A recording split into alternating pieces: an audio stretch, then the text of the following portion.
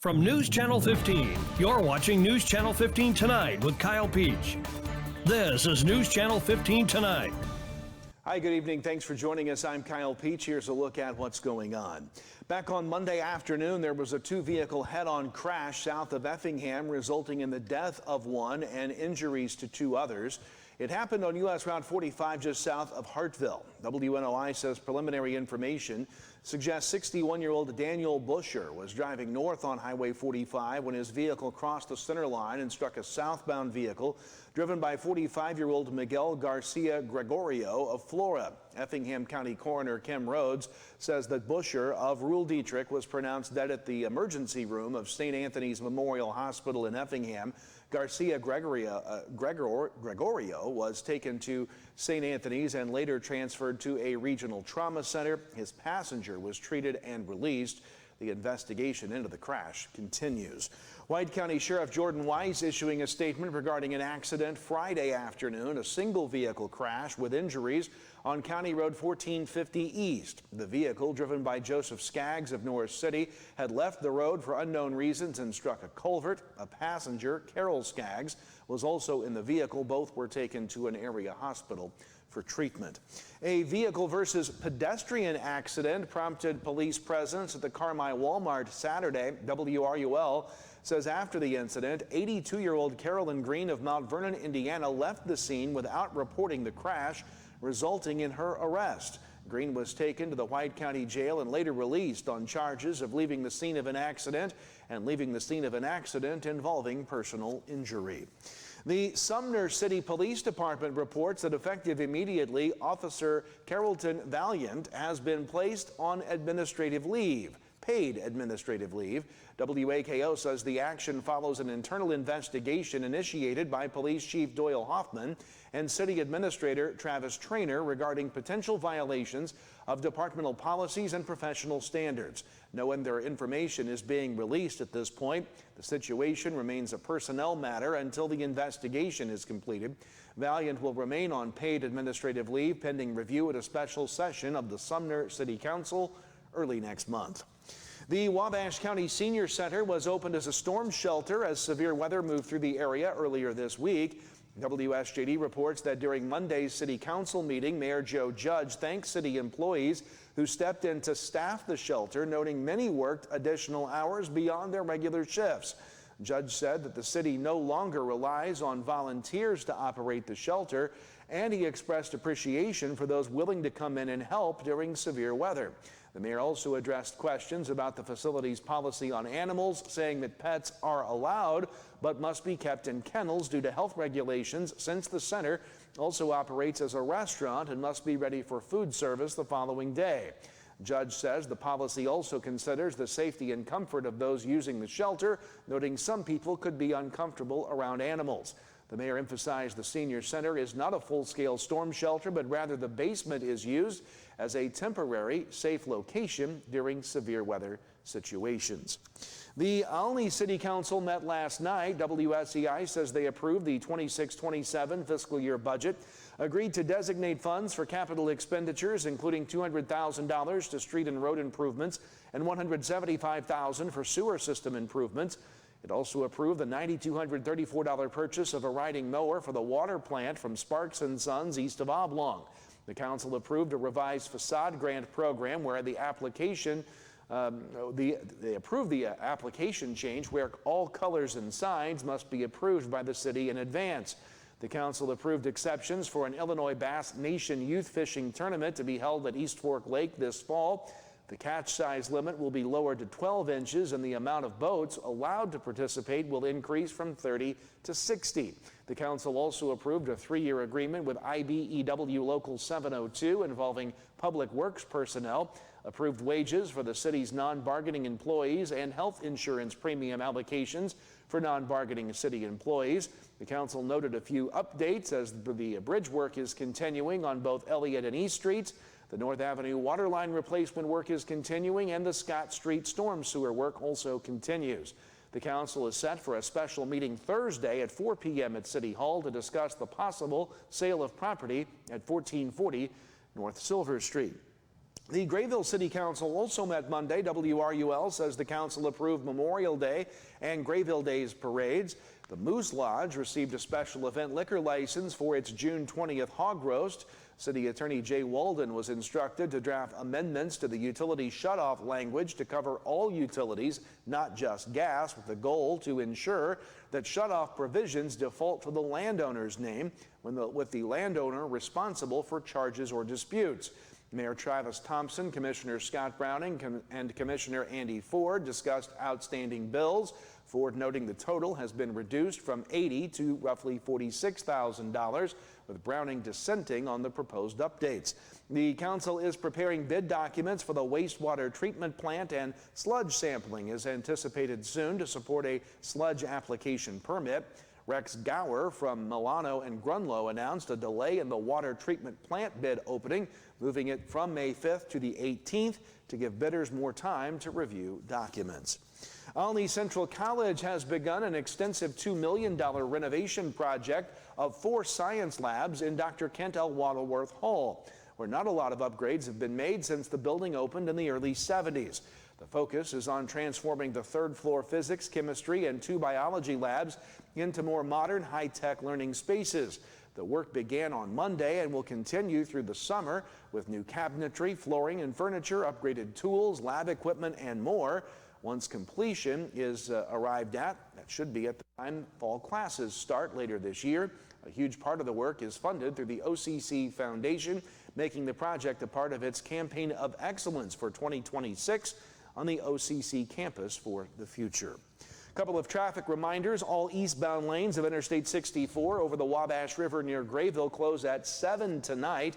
They'll reopen in the early morning hours Thursday. A marked detour is posted. Westbound traffic is not impacted. And the City of Flora's Water Department will close North Main Street in Flora from 2nd to 3rd for a service line replacement Thursday morning. They hope to be done before 3 p.m. A look at weather and sports is next as we continue. Stay with us. We'll be right back. Spring is a great time for Jeeps. Lease a Jeep Grand Cherokee L for only $539 a month, or a 2026 Jeep Wrangler. Lease for only $330 a month. Fresh pricing is waiting for you at SteveFaulknerAutomotive.com. New season, new ride. Steve Faulkner Automotive has F-150s with 3.9% financing for 84 months. Or lease a new Maverick for as low as $388 a month. Go to SteveFaulknerAutomotive.com. When it comes to running a business, every decision counts, just like every play on the field. At the First National Bank, we help you step up to the plate with confidence.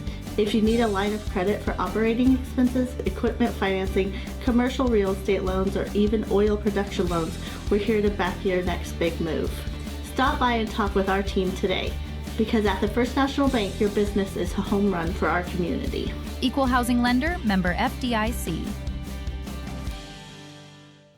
Welcome back. Time to talk weather here tonight. A pretty good day today across the area once we push the rain out this morning. And we'll see some more rain chances coming our way, but it'll be a little bit before we get there. 67, that was our high temperature this afternoon. 55, our low this morning. Cooler than normal on the high side for this time of year. This morning's rain brought us 16/100ths, and that put us just over 2 inches over the last couple of days. 2.01 inches, in fact, here at our Wabash Valley College studios. As far as how much rain have we seen, this is through 7 o'clock Tuesday morning, so it's running a little bit behind, but the main culprit, the severe storms, that storm threat yesterday, brought anywhere from 1 to 3 inches across the area. It looks like the heaviest rain stayed over in parts of Indiana. Putting the maps in motion, some passing clouds through the night here tonight, and then we'll clear things out overnight. It'll be a mostly sunny Thursday shaping up for us, but you'll note this system passing just to our north. It'll bring a few clouds to our forecast, and then early Friday morning, we could see a few passing showers before it clears back out once again, creating a pretty good day on Friday. Clouds building in late with another rain chance coming in. Overnight, clear skies tonight, lows into the low 40s. Then on your Thursday, sunshine, mid-60s across the region. Thursday night into Friday, we see that passing system that could trigger a few scattered showers towards dawn, as the temperatures will bottom out in the low to mid 50s. Partly to mostly cloudy skies on Friday. A sunny start, a cloudy finish. Highs will top out only in the low 60s, and then overnight tonight again, some skies clearing out. 43 will be our overnight low. Your extended forecast will see a hit and miss chance of rain Thursday night into Friday morning. Another overnight system potentially Friday into Saturday. Not that sure that's going to pan out just yet. And the next real chances of rain coming next Monday and Wednesday as we slowly warm back to the 70s. That's your forecast. Sports is next. Are you living with chronic conditions or finding it hard to manage your health at home? If you're 18 or older, have a primary care provider through Wabash General Hospital, and live in Wabash, Edwards, White, or Lawrence County, our community paramedics can help. Get support in the comfort of your home, including follow-up care, home safety and medication education, vital sign checks, disease management support, and resource connections. Our certified paramedics will work with your doctor to provide non-emergent care to keep you healthy at home. Ask your WGH primary care provider for a referral to community paramedicine. 811, if you're not familiar with that, the Julie program in the state of Illinois. It's actually nationwide, but that's a free service. The utilities take care of that. Customer wanting to dig or plant flowers or fence posts or something like that, call that service. Give us 2 business days. That's the law, 2 business days notice. We'll come out and we'll locate all the underground utilities in your area and make sure that you know where you're able to dig and you can dig safely, and we're protected and you're protected that way. Hi, I'm Tony. I graduated Wabash Valley College in Mount Carmel, and it was the best decision ever. It gave me the opportunity to go on the air almost immediately. Within about a week of starting the broadcasting program at Wabash Valley College, I was a DJ on 89.1 WVJC, and that on-air experience was invaluable to my future career and hiring potential. Welcome back. Time now to talk sports. High school baseball action yesterday in the Black Diamond. Edwards County beat El Dorado 12-0, and Flora beat Hamilton County 7-3. In the Cahokia, Roxana edged Salem 2-1. In the National Trail, it was North Clay City over Windsor-Stewstraw 7-3. Elsewhere, it was North Knox, Indiana beating Lawrenceville 8-7, and Teotopolis beating Newton 7-1. High school baseball in the Diamond. Edwards County beat El Dorado 25-0 in just 3 innings. Fairfield beat Carmi 7-4, and Flora beat Hamilton County 6-0. In the Cahokia, Salem beat Roxana 13-8, and in the National Trail, Windsor-Stewstraw beat North Clay City 12-1. Elsewhere, Galatia Thompsonville beat NCOE 3-1. Lawrenceville over North Knox 16-5. Newton beat Sullivan 15-5. And Red Hill beat Oblong 7-4. Girls soccer yesterday, Olney beats Mount Carmel 7-0. In track yesterday, boys action at Flora. The host Wolves first at 226. Weber second at 66. Sisney third at 62. North Clay City fourth at 46. Patoka Odin Sandoval fifth with 2 points. On the girls' side, Flora was first at 188. North Clay second at 77. Finishing out the field, Sisney, Weber, and Patoka. At the Lady Indian Classic at DuQuoin, 4 of 18 events were completed before it was called off. Fairfield finished first at 37. Hamilton County 6th with 11. Carmi 7th with 7, as 9 teams took part. College baseball yesterday, Mineral Area came from behind to beat Wabash Valley 8-7, and Frontier beat Vincennes 14-3. College softball, Wabash Valley sweeps Shawnee yesterday, winning 4-1 and 6-2. Olney Central was swept by John A. Logan, losing 8-0 and 5-1. That's going to do it for us tonight. Thanks for watching. Kyle Peach from all of us at News Channel 15. We'll see you tomorrow. Have a great night. As a faculty member, Wabash Valley College was the best decision ever. I've always been excited to return back to Wabash Valley as an employee to inspire students the way I was inspired when I went to school here. And what I love is the sense of community that I have with my coworkers and being able to provide that to our students.